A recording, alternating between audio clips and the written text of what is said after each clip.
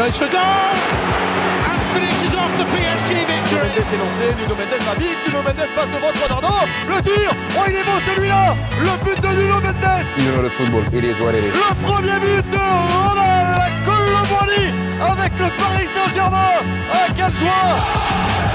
Hello and welcome to PSG Review. It's been quite a year, 2023. 1 year ago we were recovering from the World Cup and its final, and since that a lot has happened, of course. A full overhaul of an on-pitch personnel as well as a new coach, and now we have finally reached the point of having a small break for the festive season. I would say it's deserved, all things considered. My name is Mikko, good to have you listening to PSG Review right now, and before anything else, let me send my well wishes to Pocho Lavezzi, who had been stabbed in Uruguay. Let's hope that it isn't as bad as it sounds, and may he make a full recovery. It's a big show today. We now know our next Champions League opponent, that is Real Sociedad, and we talk a little bit about that. Of course, there was the match against Metz to finish off the autumn, and there are some concrete reports also of new incoming players as soon as in January already. We discuss them and some of our long-term injured players such as Nuno Mendes, but especially Presnel Kimpembe, who is heading to a new operation. But of course, there was the big news after the Metz match that he has extended his contract with the club. So we will have a look at what does that mean. PSG women have also had a huge week, and I'm happy to report that the results have been just amazing, so more of that in this week's show. And there are also news that the European Super League is resurrecting from its toxic first go. It's not directly a PSG topic, but an important one nevertheless to explore. And what PSG will be part of is FIFA's 2025 Club World Cup Summer Tournament, as football is determined to address one of the very few problems it doesn't have. All this in this episode. You can find and follow the show online on various platforms. Make sure your subscription is up to date. Feel free to give a rating or review, and check PSG Review out on Twitter at PSG Review Pod. Instagram and TikTok you find it as at PSG Review, and I'm also on Blue Sky, and the show now is also available as audio on YouTube if you find that easier place to listen to. I mean, I don't, but some do, so feel free to check this out also from there. On Monday this week, as I record this episode, there was one of those very unnerving moments of the football calendar, which of course was the draw for the Champions League round of 16. PSG has had a tough luck quite a long time. So much so that it's been quite difficult to even rule out any foul play or conspiracies, and I'm not saying this lightly, since Sepp Blatter, who of course is the discredited former FIFA director, he had said in 2016 that the draws had been rigged by warming and cooling off the balls where the team names are, so that the person picking them up would know which ones to choose. Of course, there's no evidence that this would have continued or that it would have even necessarily ever happened. It's just his word, and even less there is evidence that it would have somehow been specifically against us, of course. But we tend to get tough groups and knockout opponents as a rule, while some clubs like Manchester City seem to enjoy the opposite luck. But be that as it may, the draw took place, and PSG will play in February and March against Real Sociedad, which is a group winner from Group D, where they played against Inter Milan. 2 draws against that very strong team. They won and drew with Salzburg and beat Benfica twice. There were no defeats for them in the group stage. 3 wins and 3 draws with the goal difference of 7 goals scored. That's not too many, but only 2 conceded. So that's a bit of a concern. Only 2 goals conceded, and it really means that PSG needs to get their best scoring boots on, considering how difficult it has been to break that deadlock in Europe recently. The good news is that, of course, Luis Enrique should have a very good idea how the team plays and hopefully how to get around it, while it's safe to say that on paper, of course, Real Sociedad was exactly the team that I was hoping for, that I thought to be the weakest option from this admittedly quite formidable lineup of European clubs. But I don't expect this to be easy. But I do expect PSG to win. Let me just put that out there in the universe. I know it's risky to say anything like this before these matches. Actually, there's still quite a lot of time before them, but I do think that this one is there for the taking, and the only goal must be to qualify for the next round. And while Real Sociedad have been solid in the Champions League this season, I don't think there will be any excuses to not see this through and continue to the next round. If I'm looking at the season in La Liga, it's less frightening in my opinion, and of course that's a different competition. It's a competition that we aren't part of, but the club is there currently 6th. Some reasonable results there, but nothing that makes me shake in my boots really. They have lost against Barcelona, Real and Atletico Madrid. They have beaten Sevilla and Valencia, who aren't having really great seasons anyways. Of course, few other teams also they've beaten, but a lot of draws also. So to be honest and quite clear, I'm not in any way a specialist in Spanish football or La Liga or Real Sociedad. I don't know that much about them and I haven't watched them that much. So the last thing I want to be is arrogant or belittle them in any ways because they have won their group on merit and deserve to be where they are. I imagine they were hoping for an easier draw for themselves. But what I do know about a little is PSG. And I would say that in this matchup, only PSG can knock itself out.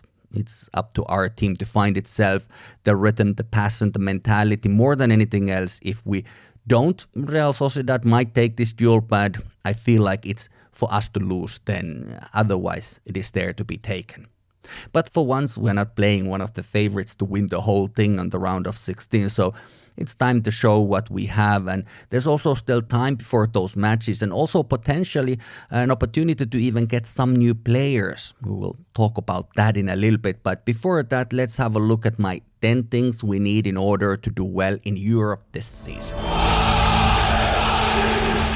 Number 1, luck. Of course, everybody needs a little bit of luck. If we can avoid injuries and unnecessary suspension, we have much better chance than in most years. This has always been the stumbling block, I think, for the team. So if we have a little bit of luck, then that will go a long way. That can go a long way. And of course, you cannot control this too much. You just have to hope for the best. And we have had a fairly good luck with the draw already. So that's a good start. Number 2, I think that PSG needs to take care of rotation and load management of the players. Luis Enrique does rotation better than some of our previous coaches, but he should also put his foot down with Kylian Mbappe for his own sake and also for the benefit of the collective. I think that there have been times this autumn that Kylian could have used a little rest before some of the important UCL matches. During the autumn, he's looked tired sometimes, and I don't think that there's a reason necessarily for him to play every single minute of every single Ligue 1 match leading up to these big matches. So there is something that I hope could happen, and of course this is something that Kylian himself will just have to make peace with, and if he doesn't make peace with, well, then that's another matter that needs to be solved.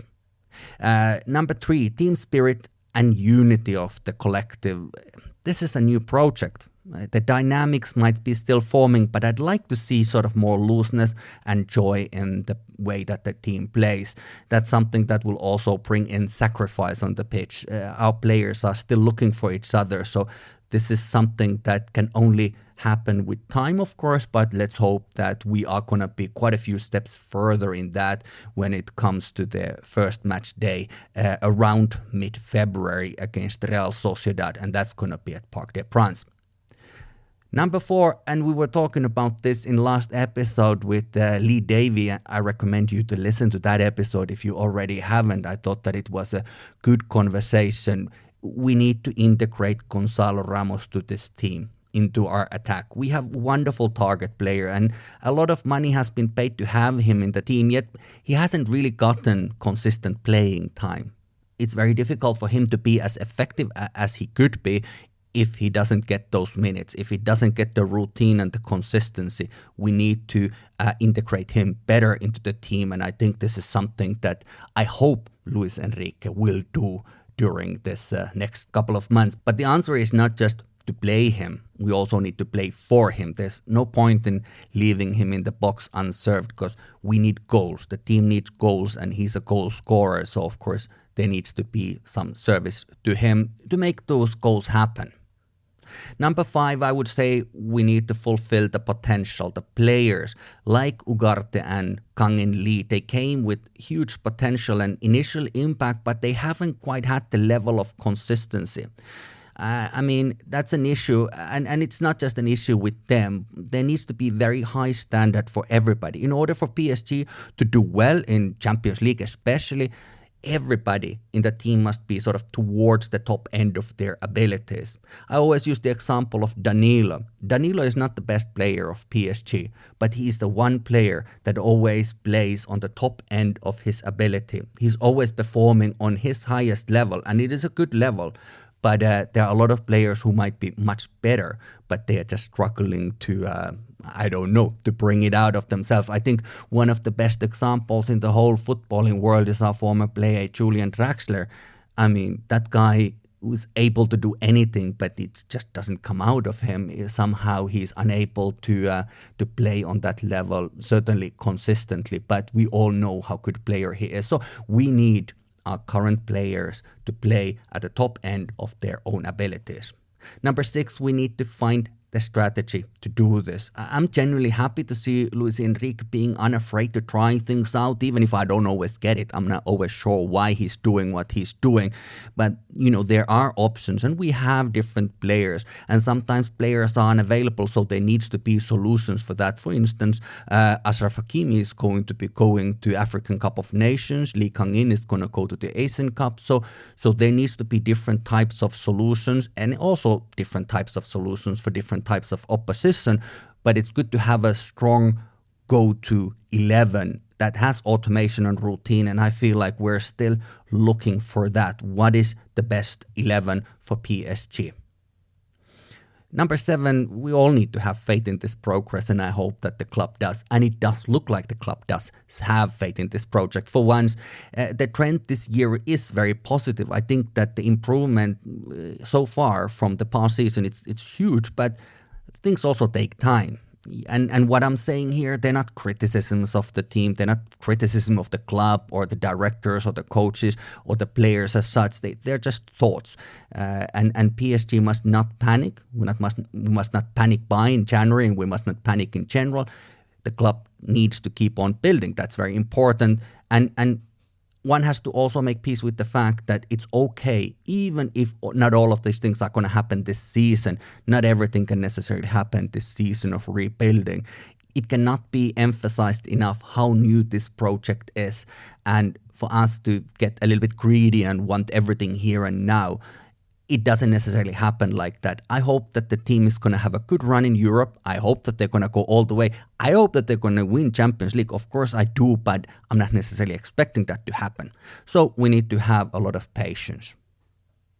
Number 8, I think that PSG needs leadership. Marquinhos is the captain, and he has been captain for quite a while now. Then we have players like Kylian.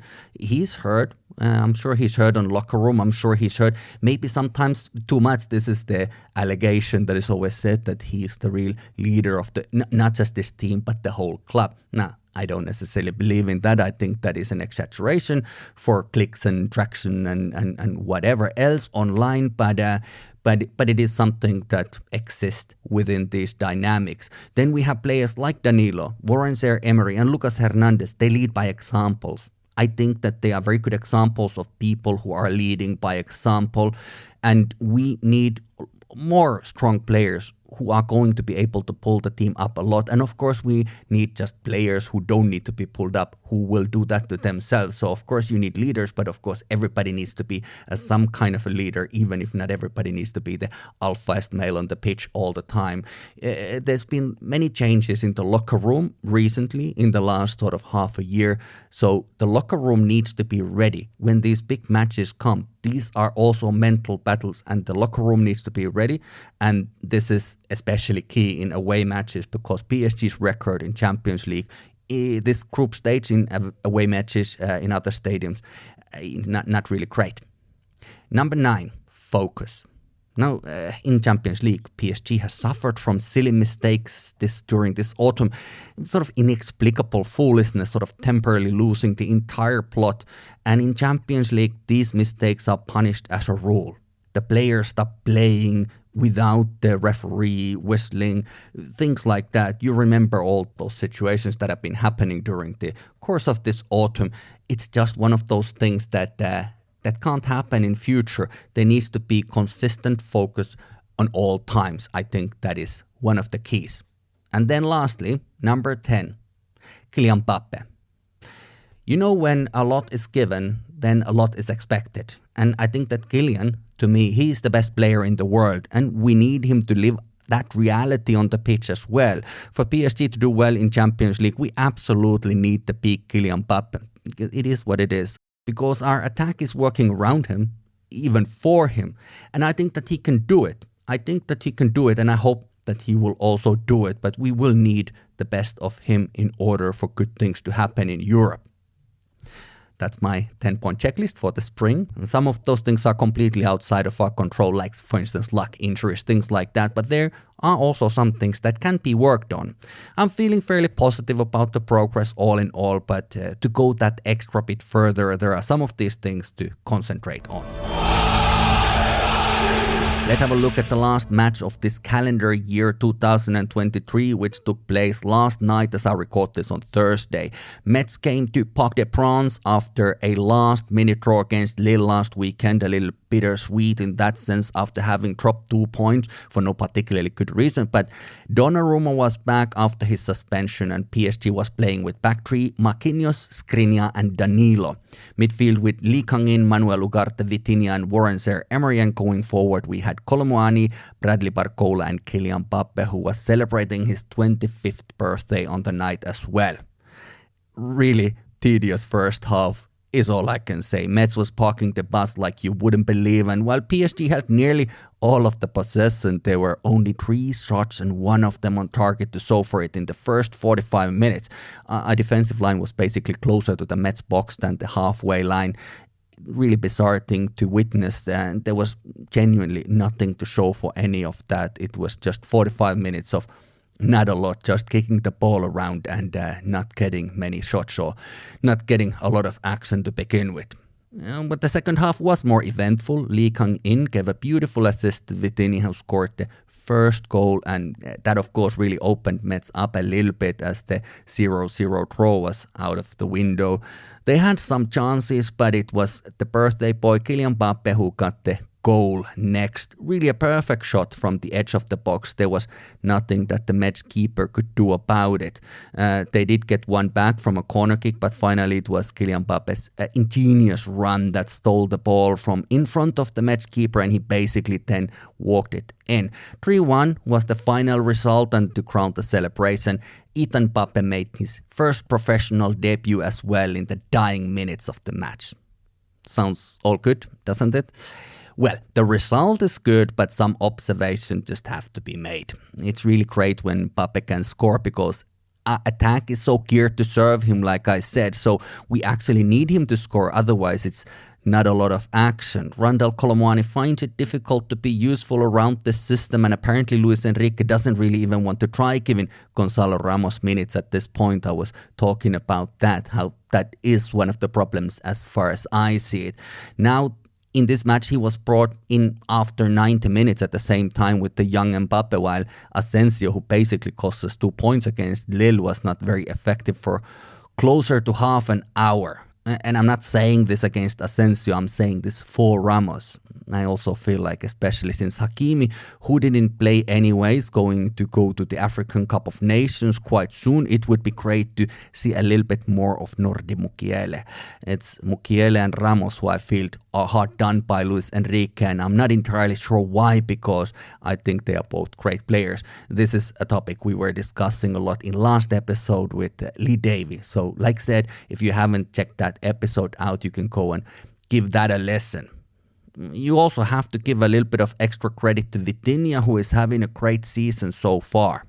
Against Metz, there was a goal and an assist. So far in Ligue 1 this season, he has scored 5 goals, and he's the second best scorer for the whole club in this competition, and only 6 players in the whole league have more goals than him right now, which is pretty good for a midfielder whose first job isn't to score goals. Of course, he was also the man of the match in the first Champions League match of the campaign, and he's doing a lot to keep the squad fully functional, and he doesn't always get that acknowledgement, I don't think. He has even been the player Luis Enrique has chosen to rest during some key games, and I feel like we've paid the price for it. Absolutely key part of the team, and I'm not making direct comparisons between him and Marco Verratti, who to me is a club legend, but let it be said that it is perfectly possible that in terms of all-time PSG goals, Vitinha could overtake Verratti this season, which is impressive in such a short time, even if Marco was never the scorer. I mean, his abilities are elsewhere, and it was noteworthy how little he scored ever, but still, over 400 matches, and Vitinha already is kind of catching him up, but it's worth noting. It's nice that you have a midfielder who can also contribute to the scoreline directly. Of course, him being the top 2 scorer of the club this season draws attention to the fact that the first half a year of Dembele, Colomwani and Gonzalo Ramos hasn't worked out too well in terms of getting the ball behind the keeper, not in terms of actually being the scorer at least, especially Dembele has made other contribution in the build-up, but we need a full attack scoring, of course, if we want to do well, especially, like I said, in Europe. So, there are those issues. I was already talking about what I think is needed for PSG to have a good European run next spring, and those choices are all part of it. But like I said, the result was good, and PSG ended the term as the league leader with 5-point buffer ahead of Nice. For a project that is mere months old, it's not too bad. And whatever I say about it, it's not so much a criticism like I said, but rather what I think could help. Not that I know more about football than Luis Enrique, but, just a few thoughts. A quick injury update now. We had been given some hope that earlier part of 2024, even if not yet in January, we should have Presnel Kimpembe and Nuno Mendes back playing football proper. But now it's been reported that Presnel Kimpembe will require a new operation, which of course would throw a major spanner in the wheels as far as getting him back before the end of the season. But on Wednesday night, quite a big surprise announcement from the club. Presnel Kimpembe has signed an extension until 2026. It's a very complex situation in many ways, and not least because we would want to see him play football. That's what he wants to do. That's his dream, I imagine. So before anything else, this need for another operation is a massive personal setback for one of our own academy graduates and the vice captain of the team. That in and of itself is melancholic bit of news, but of course this will impact the needs for the squad in terms of reinforcements. We will get into those in a brief moment, but the news caught me off guard because he has been training already with the ball, even with the squad, even if not consistently, but he has been there in the mix, and that usually is a telltale sign that the reintegration to the matchday squad isn't massively far away. But now here we are in this new situation.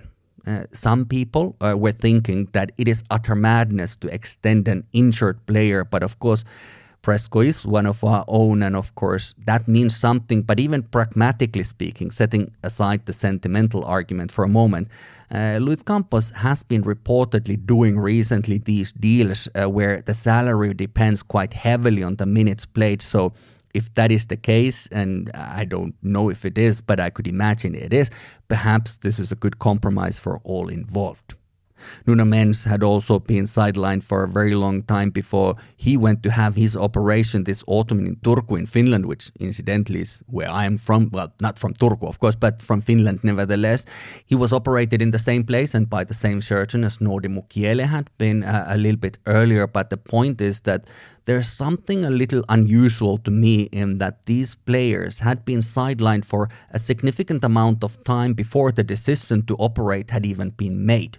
It's a little worrisome to me. I don't quite know what to think about it, but I hope that both of them can make a quick and full recovery. And as far as I see, Nuno Mendes should be back in due time at some point during the spring. So fingers crossed he will be able to make his return to full fitness and get back to his usual level, which I don't know if I need to remind you is absolutely immense.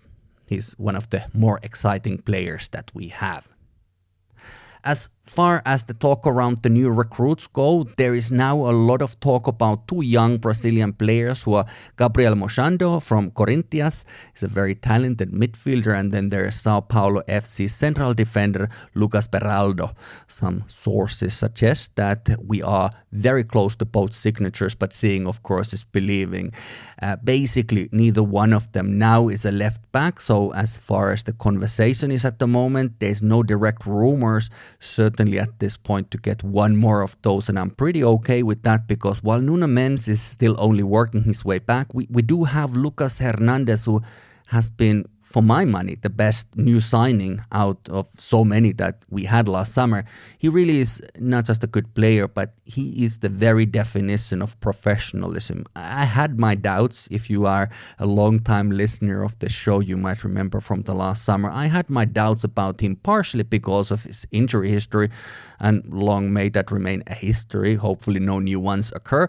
But of course, his previous flirtations with his hometown Marseille were on the back of my mind also. I mean, I thought that he might join us for the wrong reasons, and I wondered if he would be ready to give his absolutely everything for our shirt, but he has proven me wrong many times over, so I can only admit that my concerns were unfounded, or at least he has shown that he is the real deal. And on top of him, we have largely unused Norde Mukiele, who is really solid option on both sides of the defense. So unless something quite unexpected happens, I think we should be fine waiting for Nuno Mendes to come back. Let's talk a little bit about Leny Yoro also. There have been rumors around PSG wanting him for a brief moment now, but it was said that he won't leave Lille this mid-season, so that would be more of a summer deal then, I guess, if it could happen. I don't know what the latest is, but we saw him having an absolutely brilliant match against us last weekend. He's a young Lille defender, of course, current leader in big European leagues out of all the defenders in defensive ground duels, winning them, and apparently the asking price would start from 50 million euros. If he is as good as he looks and appears to be, then that is not that much money. Of course, for you and me, it's probably quite a lot of money, but in the context of this football world, currently for a talent like that, for a club like PSG, it is not, it's not as much as it could be. But if you think about it purely from his own perspective, and of course also from the perspective of the selling club, Lille, I think it would not make a huge sense for him to move already now in January. I mean, there's no evidence that we will get him anyways. I'm speculating now, but right now Lille is playing very good football, and as we saw, he is a key part of that team. He's very important for them. Now that both Nice and Monaco have had few stumbles along the way in their Ligue 1 campaign, I could easily see Lille climbing up to that second spot on the table for some Champions League football for next season. That has its own financial implications for the clubs, and to be honest, if his price tag now is 50 million, it could be a little higher come summer if he stays fit, healthy and in form. So I'm not sure how clever it would be for Lille to sell him right now. But of course, we never know. Money is money, whether we like it or not. Everybody has their price in football, so it's all open. And for him, of course, seeing PSG creating this largely French lineup, it could be a tempting option, certainly for the future. It's a little bit more vague, the whole of that situation as it stands, but there's some talk, so it's good to address it also. I would love for us to have him, but at the moment, he's very much a Lille player, and we must respect that. Other signatures of note that we are waiting for are, of course, Warren Zaïre-Emery. There is some fairly trustworthy suggestions that he has a verbal agreement in place for a long extension with PSG, and what we are waiting for now is 8th of March when he turns 18 and can sign the contract. My fingers ache from crossing them so hard in a hope that this is indeed the case. And with Kylian Mbappe, who just turned 25, well, that's anybody's guess at this point. He's legally able to sign a pre-contract with any other club on the 1st of January, which of course is very soon. But whether he will or won't, that remains to be seen. His extension with Paris might not happen quickly, even if it happens at all, but I imagine he will want to see how this project continues during the spring and what it enables him to expect from the future.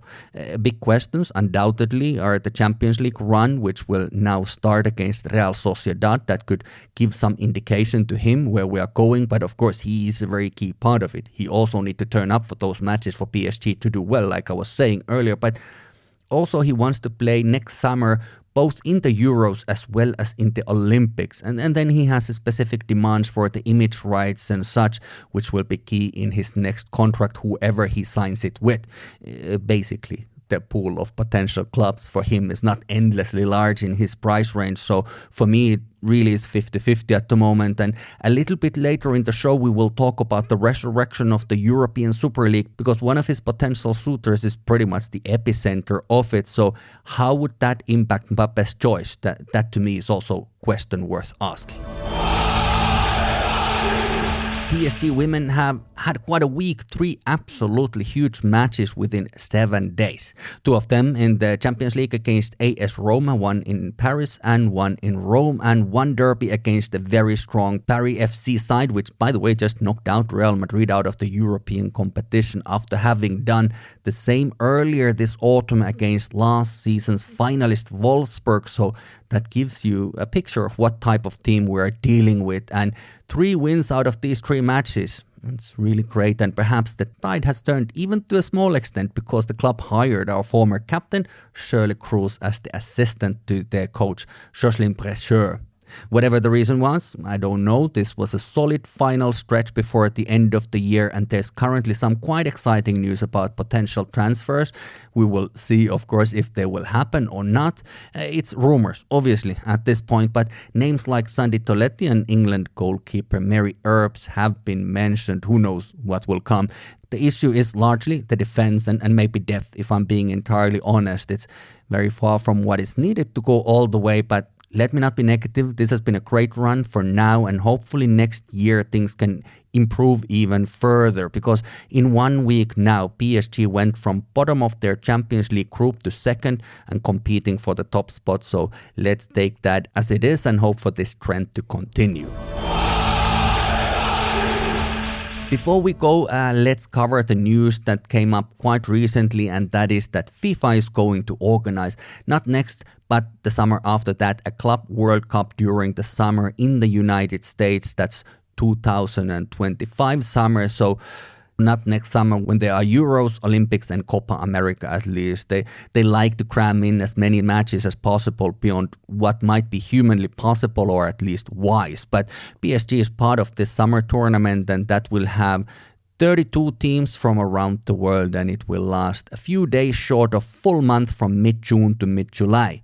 Usually the Club World Cup is a handful of matches played amongst the champions of various continents. Mostly it's a chance for the Champions League winner to get another trophy for their cabinet for that year, but it doesn't really attract huge interest outside of those clubs that play there, and it doesn't take too much of anybody's time. It's quite a low-key thing. Generally, maybe I would disagree if PSG was playing there, but it doesn't really feature in my life very much. But now the plan is to make it a thing, and for our sins, PSG is part of this endeavor.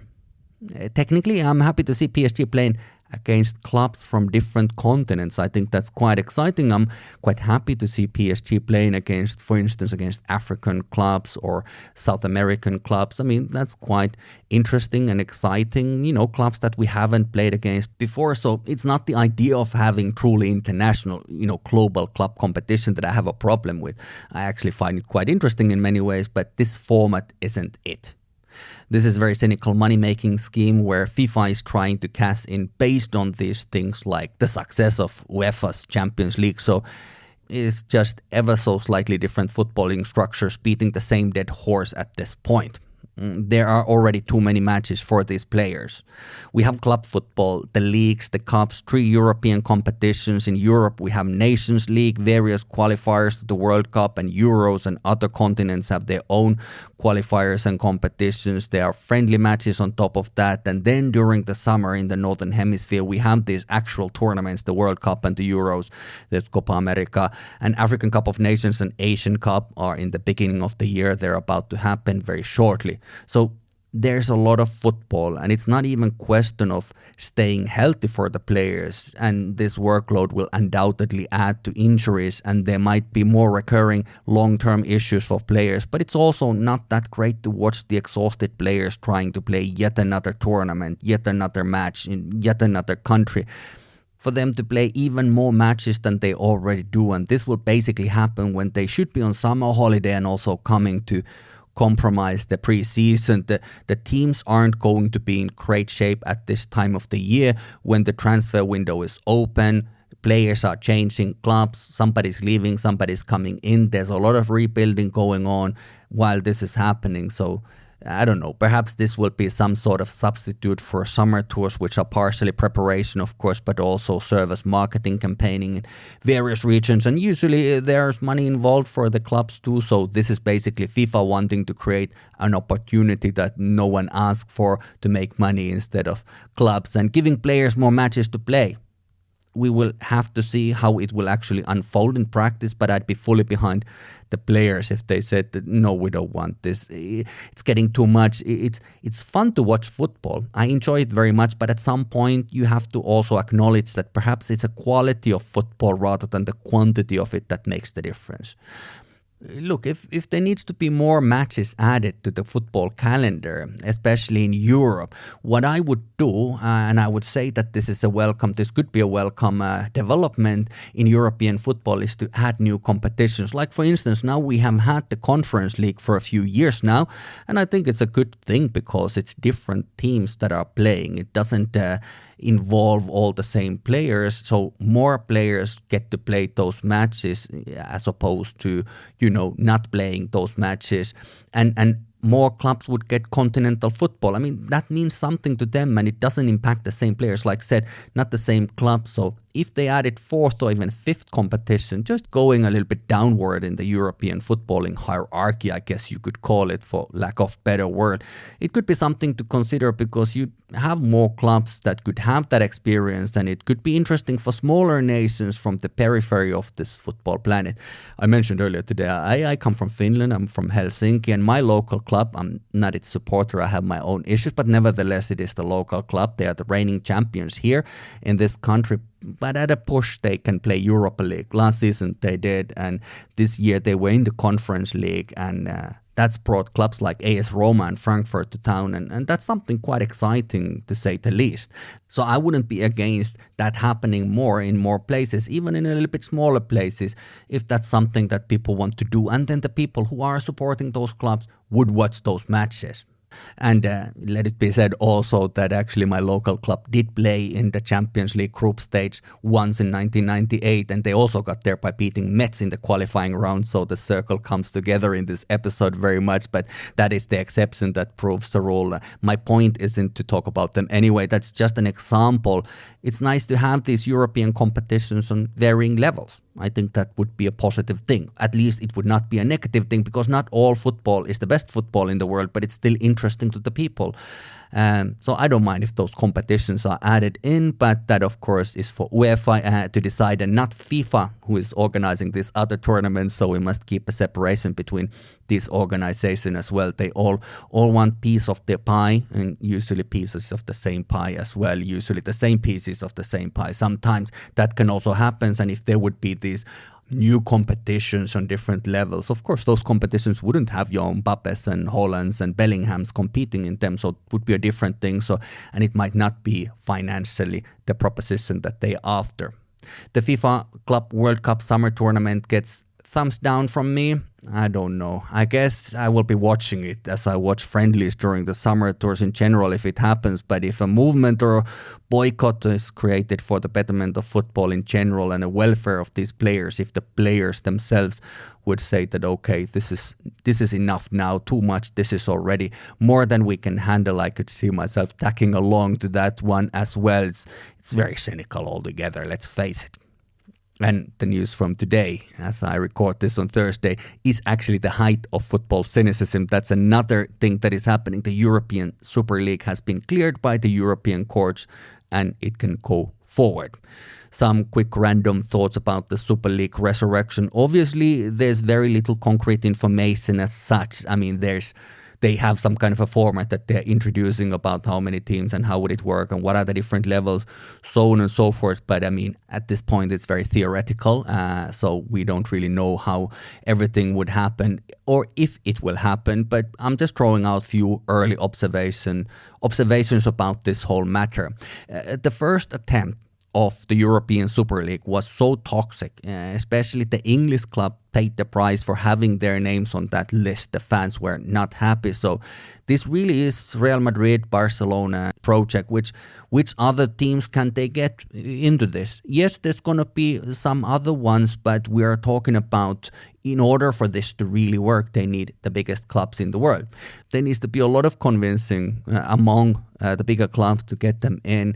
Smaller ones you can get perhaps, but they are there then to bring up the numbers and optics and probably to prove that this is not the top competition which is crucial for its success to be a top competition. So I'm not sure. I'm really not kind of thinking that this is something that will definitely happen and it will go just like the way that they plan it. There are a lot of obstacles on the way. But of course, when there's money, people can make things happen, so you never know.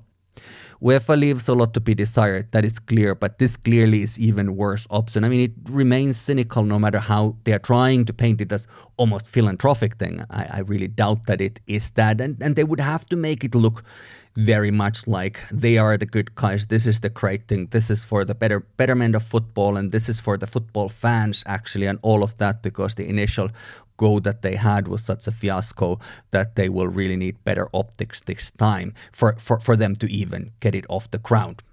And Real Madrid is a club that is the epicenter of this project. I mean, certainly one of them, but I would say that it might be the one that is actually like there in a center of all this. And then the question is that how will the players respond to this? Because last time, well, some of the players didn't really comment on that because it's difficult to also comment on what your leaders, what the people who are paying your salaries, that you are contractually obliged to kind of like play their football. So it's difficult to take too strong of a stance, on top of which football players are terrible at taking any kind of moral stance anyway. They are that's not what they are there to do. But either way, it also came out that a lot of the football players almost like in a rare fashion came out to say that, okay, this is not what they want. And of course, the proposition then was far worse than what it is now, but I don't think that it has improved to such a point that they would feel like this is now something that they should put their weight and their name behind. So how does this impact, for instance, the potential extension or departure of Kylian Mbappe in Paris? Because we all know that Real Madrid is there. It's going to be part of that. So if he would be making a deal with them, if he would sign a contract with them, whatever else there is that is part of this contract, one of those things is that he would become the poster boy for the European Super League. So is that something that he wants to happen? Is that something that he feels comfortable with? I don't know. Could be, might be a problem. Who knows? All in all, these are just questions. I don't have any answers for now, but this is all something to keep an eye on. I'm just adding it here to the end. The long-term future of this is very difficult to predict. But it's not automatic that this will take off, this project. But in a short term, Champions League will be there in future seasons. I don't think it will stop existing just because of this. That is all for this year. I'm not sure if there will be another episode before the new year or will it be soon after.